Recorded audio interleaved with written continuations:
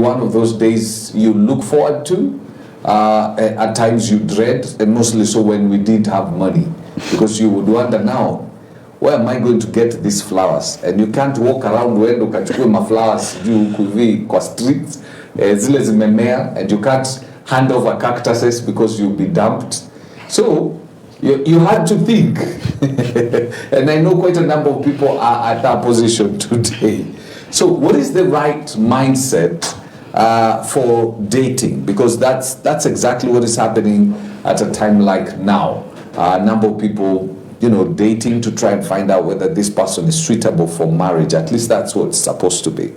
So I have with me Gabriel Mungai.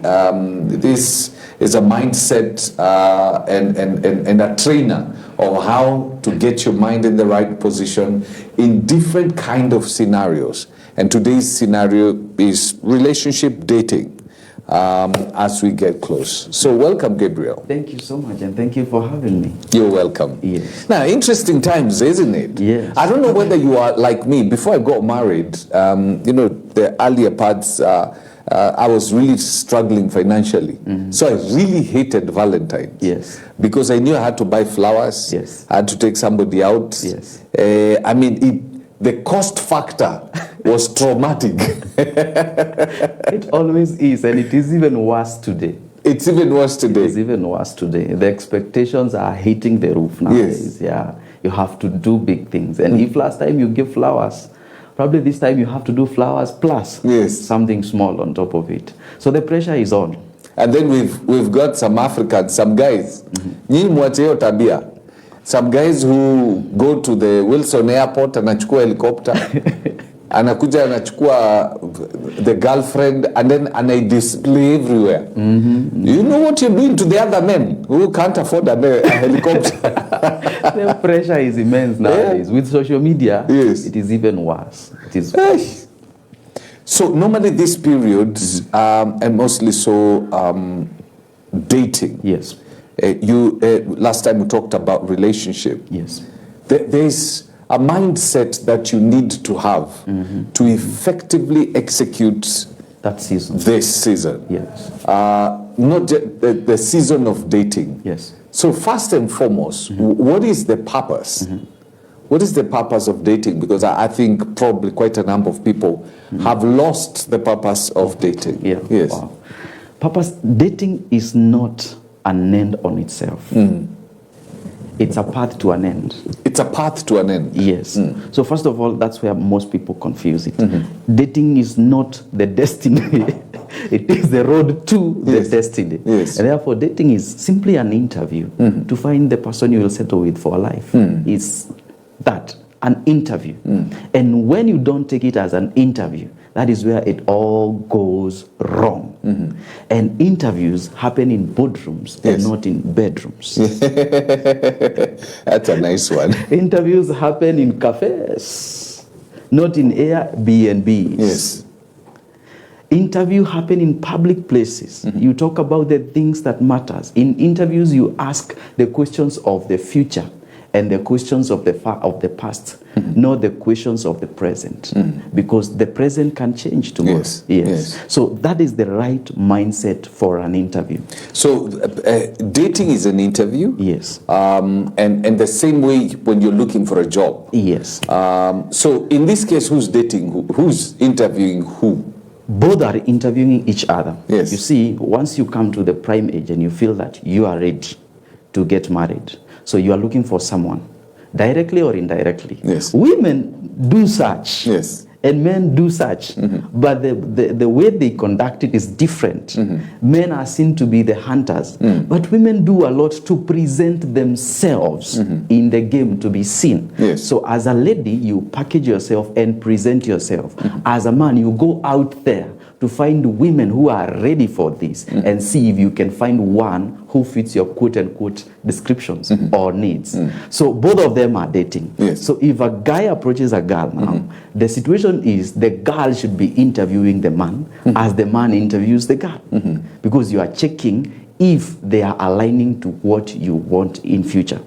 And the alignment starts with you and your godliness and him and his godliness. And now you can check the other factors that come in between. So the main foundation, like Paul was saying, no one should,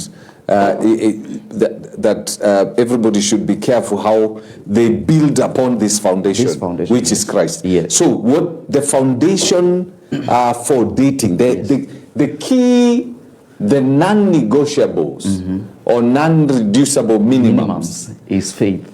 Is faith. Is faith. Yes. But let me break this, because I think it is one of the most misunderstood things. Maybe as you do that, we have very open talks with my wife, and she tells me of how she was taken for a date way before this tall, dark, and handsome guy appeared. Yes. She was taken to a date by a guy.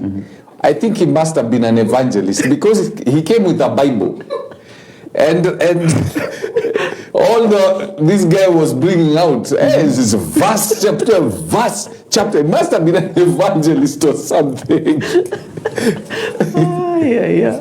Okay. So when you say the foundation has to be faith, yes, we have to explain. It is not evangelistic. You're not on an evangelistic mission.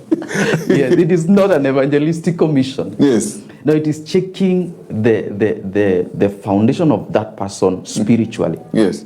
How are they spiritually? And how grounded are they spiritually? Because now you want to make Christ as the center of the relationship.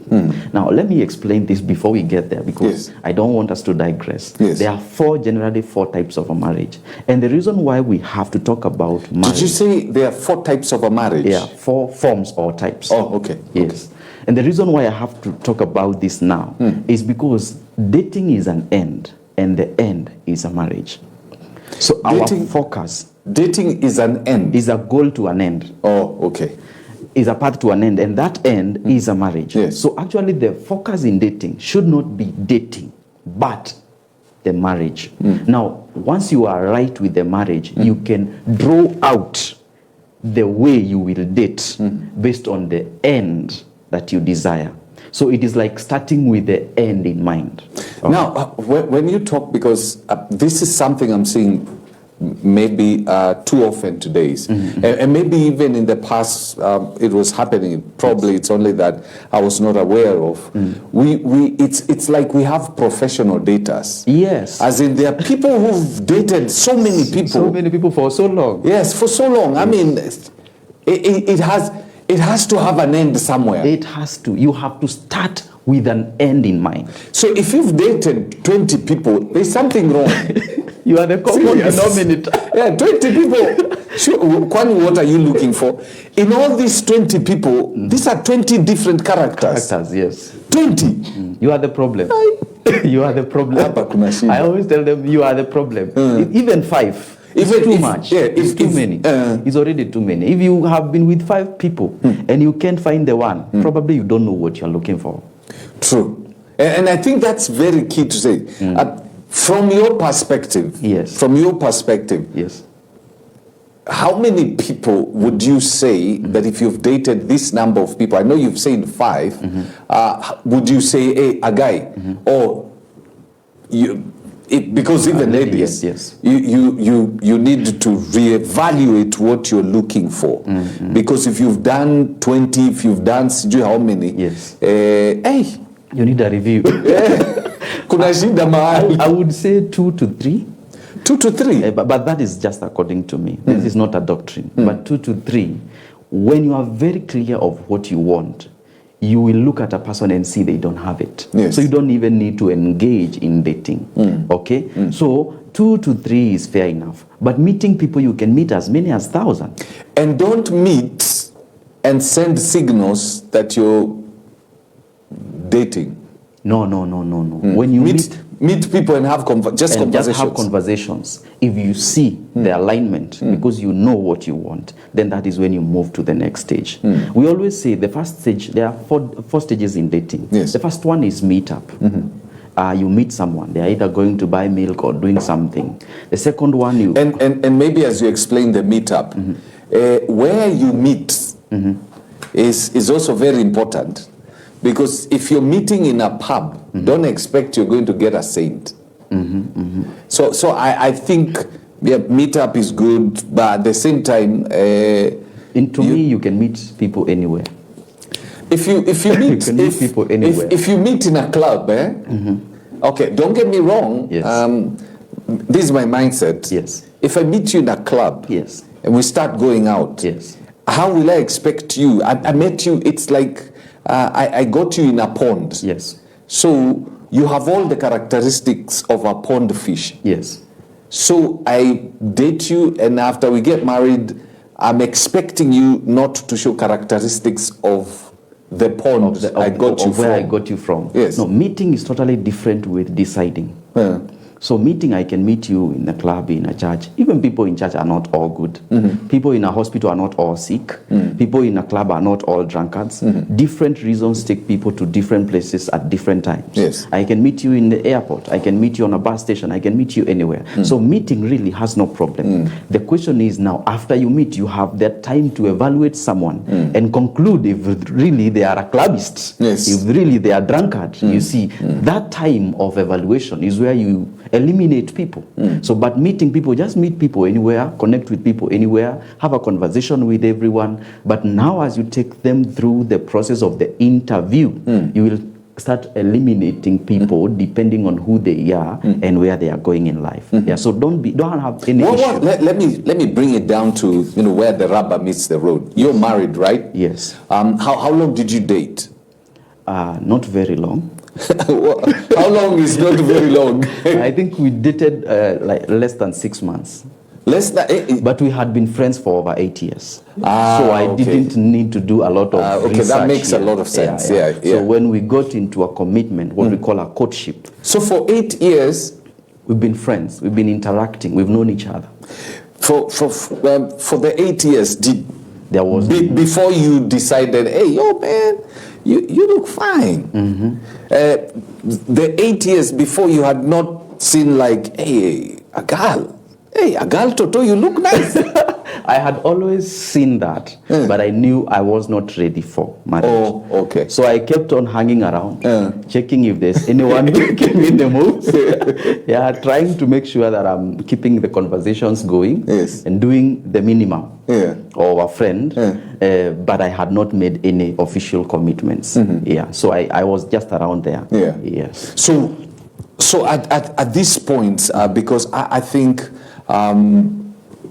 people come with different qualifications. Yes. At times you may be looking for the tall, dark, and handsome. Yes. You may be looking for a flexed guy, a guy who's got 6 packs, but you're only getting people with 1 pack. Yes. As in, what are the key things you should be looking for? Because yes, these are good. Yes. But what are the key things that you should look for so that you don't end up disqualifying candidates in your interviews? Yet they are the right thing. It's only that maybe the priorities you've given are not the right ones. You don't have the right priorities. That's why I want to talk about the kinds of marriage, because it will give us a basis on how we build this conversation. There are 4 kinds of marriage.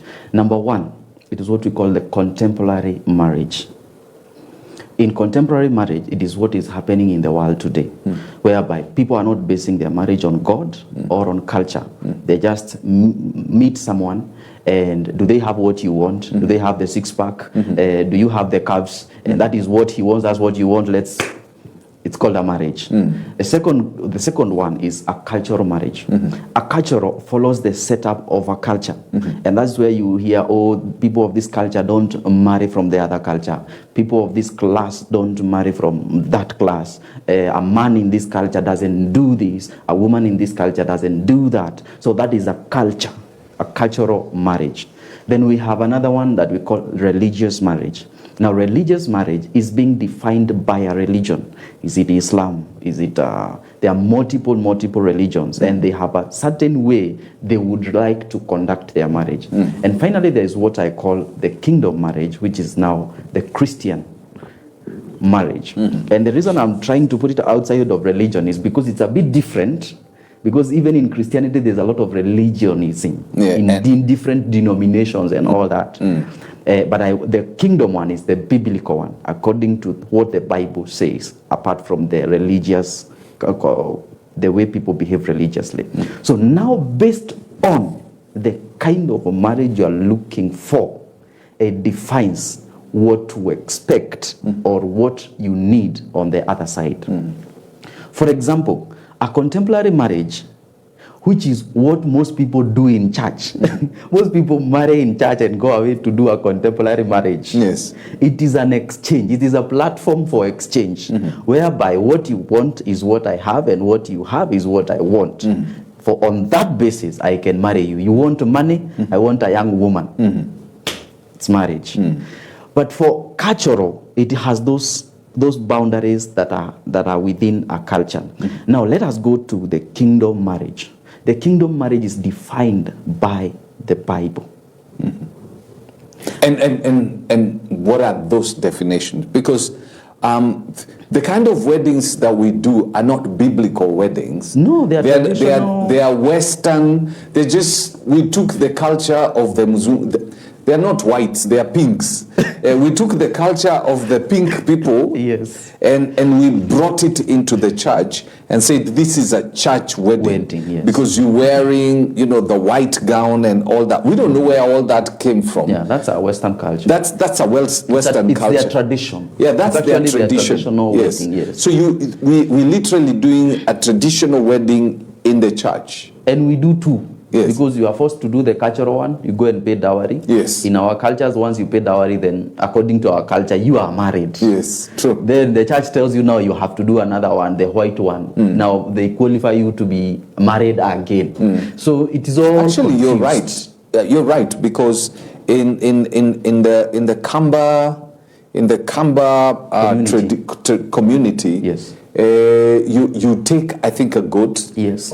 And once you've taken the goats that you've been asked to take, the very first one, yes, should anything happen to that lady, yes, and she dies, yes, she will not be buried in her father's, yes, home. Yes. She will be buried in your place. Yes, it's considered a complete marriage. Yes. After you've paid dowry. In all our communities, yes, Kikuyu, Luya, everywhere, once you've paid the dowry to the community, you have settled the demands of a marriage, and both of you are considered married.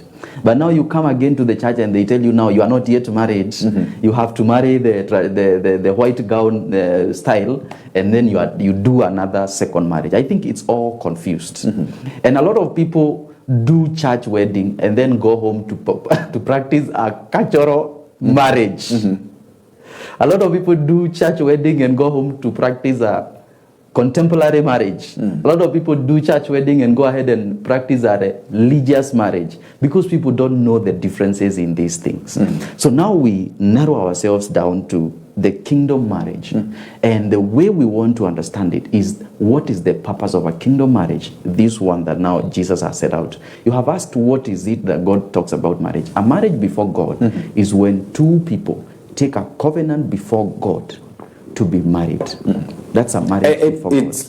Say that again, because it's important that people know that marriage is a covenant. Yeah, it's a covenant. That is before God. Yes. Now, outside of God, it is every other thing except a covenant. It can be a contract, it can be an agreement, it can be anything. Outside of God, there are no barriers of a covenant. But before God, there is a covenant. And it is taken by a man and a woman who have decided to settle and live together as husband and wife. And it is taken before an altar and before witnesses who are godly people, or they are Christians of the same faith. Now, because it's a covenant, I think we need to define, even as we are looking at that mindset, yes, we need to define what a covenant is and probably use it from the Judaism perspective, and also our traditional covenants that were made, because they were binding. They are binding, yes. Because from what I learned, yes, is that when you enter into a covenant, there has to be blood. There has to be blood, yes. There has to be blood. And then a covenant, when you enter into a covenant with somebody, yes, what you're telling them is, my life belongs to you.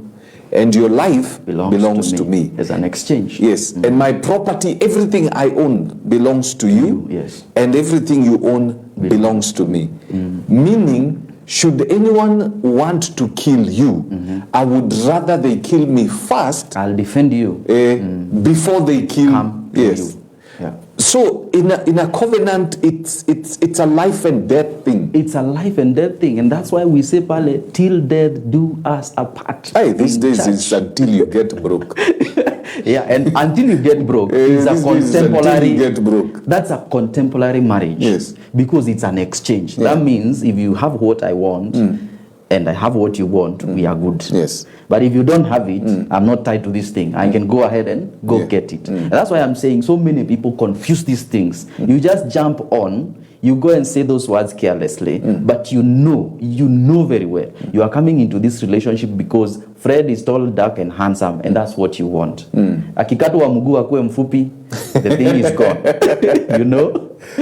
Akichomeka rangi badilike, the thing is gone. You know? Most people are not genuine enough to understand that it is a covenant, and you are tying yourself with someone. So they do this thing, pale kanisani, but they actually don't mean it. So person who is in dating needs to really get this right, because marriage is so serious. You see, the quality of your life is determined by the person you settle with. True. The quality, like your mental health, your physical health, your success, literally financial success, your family success. A lot of things will be affected by this person in a way that nobody else can affect you this way. So it's not a matter to take lightly.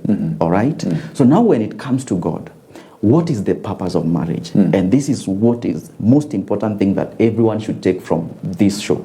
That a marriage before God is very different from a marriage outside God. Before God, first of all, a marriage is not just about procreation, although it is part of And it's key. And it's key because God says that I know He will give me godly offsprings. godly offspring. So let us start there. Number one, the purpose of a marriage before God is it is a path to fulfill destiny. A marriage is a tool for destiny fulfillment. The destiny that has been put in a man and in a woman are better fulfilled in a marriage than outside a marriage, because God says two are better than one. So you have someone to help you get there faster, more efficiently, in a better way than when you are alone. That is number one. Number two, purpose of a marriage is that it is where the kingdom is extended. It's a kingdom extension plan. That is the verse you are referring to. Yes. So God is planning that if Fred gets married to this lady, by the fact that they've gotten married, the children they bring out are also going to be godly like Fred and his wife. So the kingdom is being extended through that marriage. All right? Number three, it is a purpose, it is for evangelism. A marriage should be where evangelism starts. Evangelism doesn't start uko kichakani, uko barabarani. If it can't happen at home, it can't be effective out there. If evangelism at home should be ideally not necessarily spoken, but Lifestyle. lived out. Yes, It's a lifestyle. as in your wife. You know, there are people akisimama kwa pulpit aseme, hey, I'm a godly person. Bibi yake anaangalia chini. Shindwa, Umedanganywa. You don't know what you're dealing with. sema huyu. Yeah. So And before we lose out on the aspect of covenant, because I just remembered something from the study I was doing. I think I read something that was done either by Maurice Cerullo or something, and he talked about a covenant makes you one. yes. And that is why, if you're 2 years old, the hymen in a woman, they say ideally it's like it doesn't have any medical purposes. But the hymen sheds blood Yes. when, because you have to sacrifice. Yes. When you consummate the marriage. When you consummate the marriage, Yes. there is blood, meaning this is a covenant that is being entered into. Has been sealed. Yes, it has been sealed. Yes. You enter, you make, and you become one. So the reason why people are told not to fornicate or commit adultery is because every person you do the act with, you become one with. You have entered into a covenant with them. Yes. Yes. And so people talk about, and you know, during this period, it's about the numbers. I don't know, they call it what numbers. The higher that number, the body count. Yeah, oh yes. The higher the body count, Yes. the higher the people you've entered into covenant with. Yes. And whatever runs into the person is the same thing that runs into you. You've become one with them. Yeah. If it's a witch, Yes. you also a witch. Yes. If it's a prostitute, you're also a prostitute. And that's what Paul was saying. Shall I join Christ Yes. to a prostitute? Because you are in a covenant with Christ. With Christ, yes. So when you join yourself to a prostitute, Yes. you're joining Christ to a Christ prostitute. to the prostitute. So you should freak out about body count. Yes. Because what it does to you is that you become in covenant with so many people, so that unless you're forgiven by Christ, Yes. by the time you're marrying, you may be bringing over 20 people Yes. into the marriage. And it is not just the person you sleep with. Yes. They also carry the people they've slept with. Yes. So you're bringing a whole So village you can sleep to the with bed. one person and you've slept with 10. And another person is another 10. So for you, you physically slept with 2 people. Yes. But you have 20 people working in you. You've opened a gate Yes. that you can't even take care of. And that's really dangerous, because you start wondering, what is happening in my life? Some of the things that are happening to you, you can't explain them. You can't pin them down on anything. It's not a mistake that you did. It's not a sin that you did, but the effects are being felt. The effects of someone's mistake are being felt because you've made yourself one with them. Yeah. So it's very important that you keep yourself pure before marriage. Yes. Yeah, it's very, very important. And so that's the importance of the foundation you're talking about. Yes. The godly foundation, The godly the Christ foundation. Because when now as you're dating, as you're doing your interview, that foundation is very key, because it determines how many people you're bringing into your union. It determines how many people you're bringing into your union. You may be bringing a whole village. Yes. A whole village of witches. It will A affect whole you. village of night runners. Kwanza, if you come from Kisii and Western Kenya, be careful, Akina Alan, because I'm told about, night runners. There are people who run at night, and they're not practicing for the Olympics. Yes. Just so that you know. So you have to be careful. Yes. Those are some of the key considerations that you take. You have to really consider the history of someone. Now, this is when you are conducting the interview. You have to really check what is their history, because the history of someone will always have a spillover in the marriage. Always. It will always come and spill over into your marriage. If they've dated 20 people, it's going to come. It's going to come. It's either they'll take you back to the streets, or the streets will come to your home, one way or the other.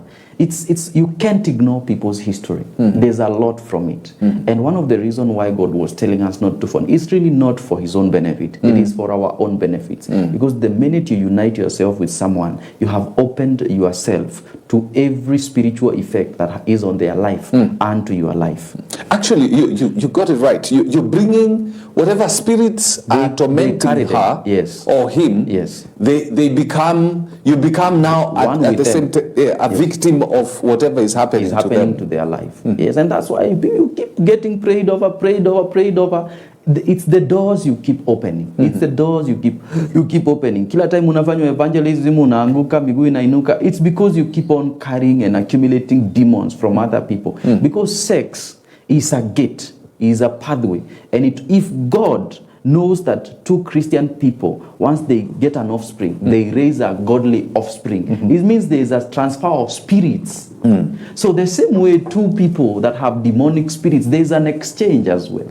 So there's an open path for spirits to move once you are committing yourself to. But if you don't sleep with anyone, imagine.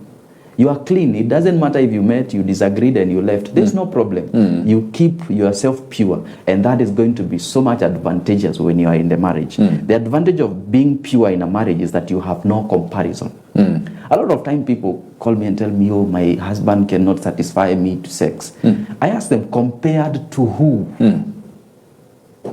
Because it means you have a previous memory that you are comparing him with. You are comparing your wife with. That is why it will destroy your current marriage, because of the memories that you carry from the past. So you cannot ignore the past of someone. All right? That is a very key aspect that you have to check. The second key aspect you have to check about someone, we've said the faith. Faith is like foundation. And faith is not about what people say. It's about what people live. It's what you do. It's what they do. Yeah, because what you're saying is very true. In James chapter 2, he says, show me your faith without works. Yes. And I will show you my faith by my works. Yes. So you know what I believe by what I do. By what I do. So don't take this plastic faith ya mtu kukuja na scriptures, Bible kukusomea. No, don't believe that. Everyone can quote the scriptures. Everyone can own a Bible. Everyone can know scriptures. Even the devil quoted scriptures for Christ. So scriptures are not a definition. It's the lifestyle. It is what they do and how they behave. If they say they believe in God, and when you tell them, let us postpone sex until marriage, and they cannot take it, then do they really believe in the same God who says do not fornicate? And if he can't wait, Yes.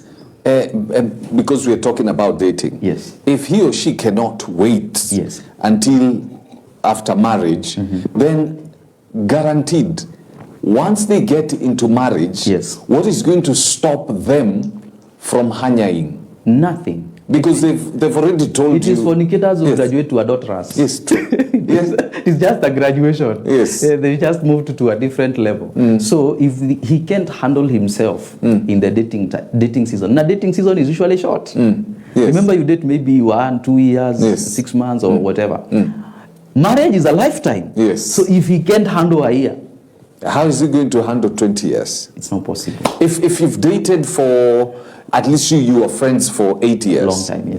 Then you got married. Yes. You dated for 6. After you were friends for 8 years. Then Time was right. when you decided, okay, I think it's time. Yes. You dated for 6 months. 6 months, yes. Now romantically for Yes, 6 that is months. courtship now. Yeah. Where the you're courtship. checking, you're going to the parents, you're Yes. doing everything that is necessary to check if they are the right person. Yes. Yes. So for 6 months. Yes. So if a guy has dated for 8 years, How many degrees do you need to get to finally graduate? To finally graduate. If he's dated you for 8 years and he's not moved to the next, funny, if you book an appointment, bring the brother over. We'll sit with him and talk to him, because chances are he might surprise you. Personally, I think men are not that patient. I want to just be honest. Yes, to stay for 8 years. To stay for 8 years, Yes. not unless he's already harvesting. Yes. He's already taking milk from a cow that he doesn't own. And I'm using figurative language. Yes. That the only reason he can wait that long is unless he's getting all the benefits of a wife before he has gotten a wife. Yes. Otherwise, if you hold, you refuse to give the benefits of a wife, he'll probably fast track the thing Yes. and make the commitment. Yes. Yeah, men are not that patient. Yeah, from what I know. Yeah, so if the reason why people date so long is because there is compromise. Yes. Is compromise.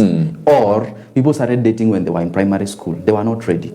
They're not ready. Hey, somebody has been dating from the time they were in primary school. Yeah, so they are not ready. So it means they're just As not in ready. but you've gone primary, High school, secondary, and college. maybe college. Yeah, that's why you can date that long. And you're still dating. That's why that's the only reason you can date that long. That one ought to be an issue of the constitutional review, because there's something seriously wrong. If you've been dating from the time you're primary, mshamaliza mko kazini, and you're still dating, someone is wasting someone else's time. True. Yeah. And the problem is that so many people date before they are ready for marriage. Dating is for marriage. So before you are ready for marriage, why are you dating? It's not important. you make sure that you at least have a source of income. Yes, those are the things that really matter. Number one, you need to be the person. Become the person. That is, become a wife, become a husband before you get a wife, or before you get a husband. You become the person. become a husband Material. and yes, husband material and wife material before you go to dating, so that by the time you are looking for a wife material. You're not a boy trying to get a wife material. What for? You can take her anywhere. Yes. So first of all, you need to become the right person. Okay. Number two, you need to have a mission and a vision for your life. Is that the reason why the Bible says, he who findeth a wife Yes. finds a good thing and obtains favor from the Lord? From the Lord. He does not find a woman. He doesn't finds get a wife. girl. Yes. He doesn't get a hot baby. A wife. Yes. She has already constructed herself to a level she's a wife, waiting for a husband. She's not waiting for a male or a boy, handsome boy. She's waiting for a husband. All right. So there is a level of becoming, developing yourself, digging yourself out, becoming the man, becoming the leader, becoming the visionary, becoming responsible. You have to move yourself from being a boy to a man and into a husband before you go out looking for a wife. But a boy can only look for a girl. And that's why we always have boy meet girl, then the kosana. Because both of them are not ready for the thing. So you need to first of all become. The second thing you need to have, I said, is a mission or a purpose. Mission is more important than a marriage. What are you getting? No, your mission, your purpose for life is more important than a marriage. Why do I say this? The Bible says that a wife is an helper. So there has to be something you're doing for her to come and help you. Yes. So if there is no mission and the helper has come, what to do with the help? You see, men that are lacking in terms of vision and mission and purpose, they always have a problem with the wife because they look at the wife instead of looking at life with the wife. Generally, she should come and be on my side as we face life. She should not come and I look at her and she looks at me. She shouldn't be the object of focus. No. She shouldn't. The focus should be the mission, what we are doing in life. What we are doing in life. Yes, and so you've come to help me do what we are doing in life. What we are both pursuing. You've seen what I'm doing and you feel like you're called for it, so you come in to be my helper. Now, as you help me, I will also build you so we can both achieve our destiny. With that, then you stop looking at each other and you start working with each other. And that is how both of you grow. But if the relationship is that your life now becomes your wife. Your focus in life is your wife. That's a problem. It's going to go bad, bad very soon. Yes. Because your wife has weaknesses. She's human. She has her own challenges. And what you focus on grows. So you will see her.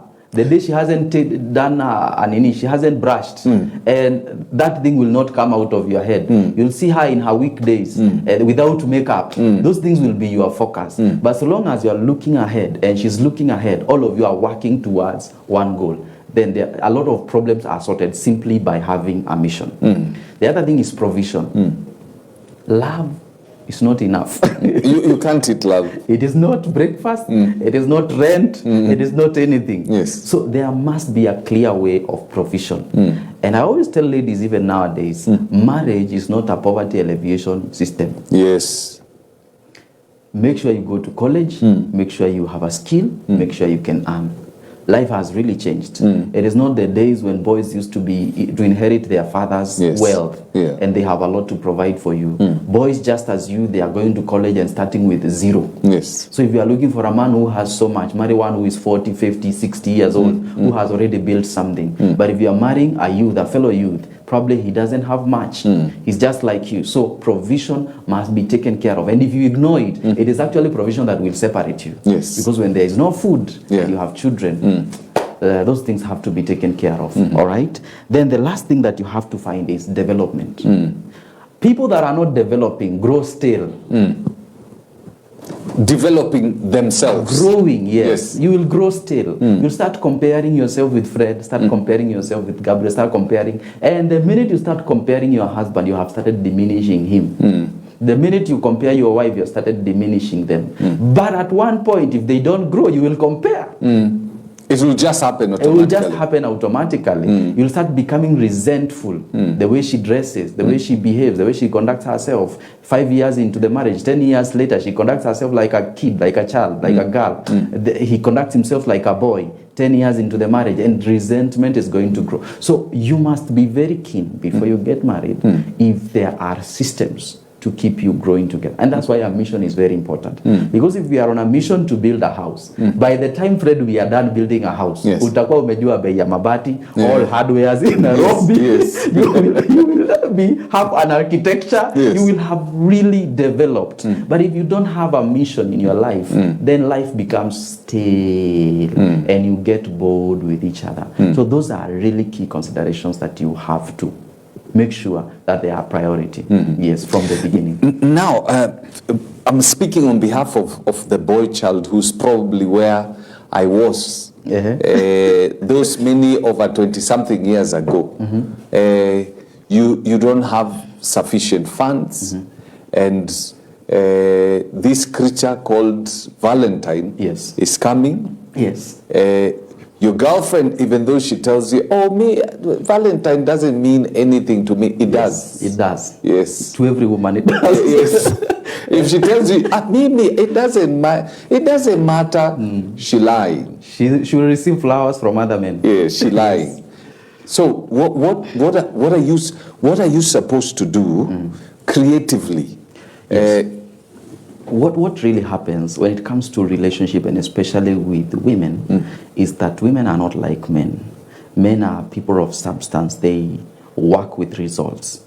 But women work with feelings. And therefore, one of the key things you have to do is to consider how you can make her feel. The question is, make her feel acknowledged, make her feel loved, make her feel recognized, make her feel treasured. The key is the feeling. Now, feeling can be taken care because it's an intrinsic thing. It doesn't have to be always physical. What matters is the thoughts that you put behind everything that you do. So if it is a message, don't just copy paste the message yenye inatumiwa kila mtu, copy and send, copy and forward. Take time to craft a wonderful message. ChatGPT can help. No, don't try to use ChatGPT. You will be busted. You'll be busted big time, yeah? You can find those old poems. Yes. Yeah, find someone who has the language that can express what you want to say. Craft a wonderful message for her. You can buy one rose, it goes for 10 shillings, then do a wonderful message, then do a proper packaging. That's probably less than 100, but it's something that you sit down and put your thoughts into. Find something that she loves. It doesn't have to be expensive. Then put her thought to it. It could be a shoe. It could be just something small. But make sure there is a thought that is intended to provoke a good feeling on the other side. Yes. But also, let Valentine not be a system It should not depress you. Or take so much from you. Remember, you should not be investing in your debt. You should be investing in the marriage. And that's not to say that men shouldn't give their women or their girls something, but the focus really should not be on the dating season. The focus should be saving for what the investment should be in the marriage. And this is a mistake that so many people do. You go and open a bank account with your boyfriend, with your girlfriend. For what? Don't do that. A joint account, opening a business. What is the guarantee? What is the contract that you have that they are going to honor their word? Now, maybe I'm different. Yes. I'm paying school fees for you, and we are not married. That's the responsibility of your father. Of the father, yes. It's not mine. Stop being a father to any girl. Yes. Get a girl who is fathered well. Yes. And remember, there are 4 billion women. Don't pay school fees for your girlfriend, because you see, you're changing roles. Yes. Since that's the role her father is supposed to play, when you start playing it, you become fatherly. Yes. You move from boyfriend to a father. And that's why look for another boyfriend. Yes, she will look for a boyfriend because she sees you. She sees you as the father. Once you are done financing, she will get married somewhere else. Yeah, and it has happened to quite a number of people. So many men. Yeah. Don't ever. If you marry her, then obviously because you're developing one another. Yes. Help her. At least atoe pesa kidogo na wewe No, utoe. once you are married, your resources and her resources are one. The idea of 50-50 is contemporary. When you get married in the Christian but way, women, what I know is my money is our money. Their money is their money. yes, that is not Christian. That is not according to God. That's how majority of women operate, as in this sense. Yes. You may give your wife or the lady, probably you have 100,000. You come because you're, hey, honey, hey, you give her 60,000. Tell us, take this 60,000. Yes. Use it for, running whatever. She'll still ask you tomorrow, hey, by the way, honey, there's no milk. There's no sugar. Can you come? Okay, the milk is in your pocket. But anyway, not all people.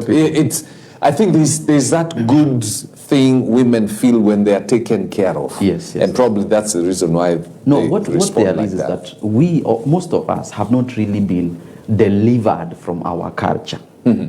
So what we have is that Christians who, without knowing and consciously, are running the cultural marriage, whereby the women used to be taken care fully by the husband, and what they had was what they were given was their own, because the husband had multiple wives. So if he gave our first wife 3 cows, those belong to her, and the second wife 2 cows, those belong to her. And so we've taken that into our modern into Christian marriage. But actually the position of God is that when you come together, you become one. So what she had and what I had is ours.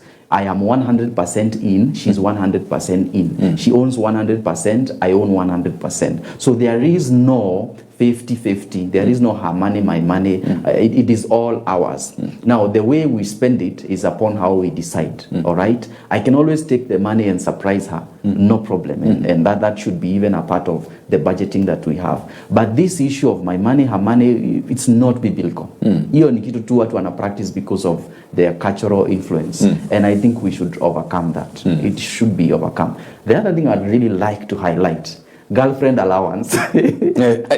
Why in the world should I pay you to be my girlfriend? That's ridiculous. That one. There is something like that. Yes. At a girlfriend allowance. Every month. It is coming every month nowadays. So you really have girlfriend allowance. I've never heard of it. Our director on the other side is a lady called Alice. Alice, were you given girlfriend allowance? Is she still being given? Now she's married. Sorry? Yeah. The girlfriend, girlfriend allowance is necessary. You see.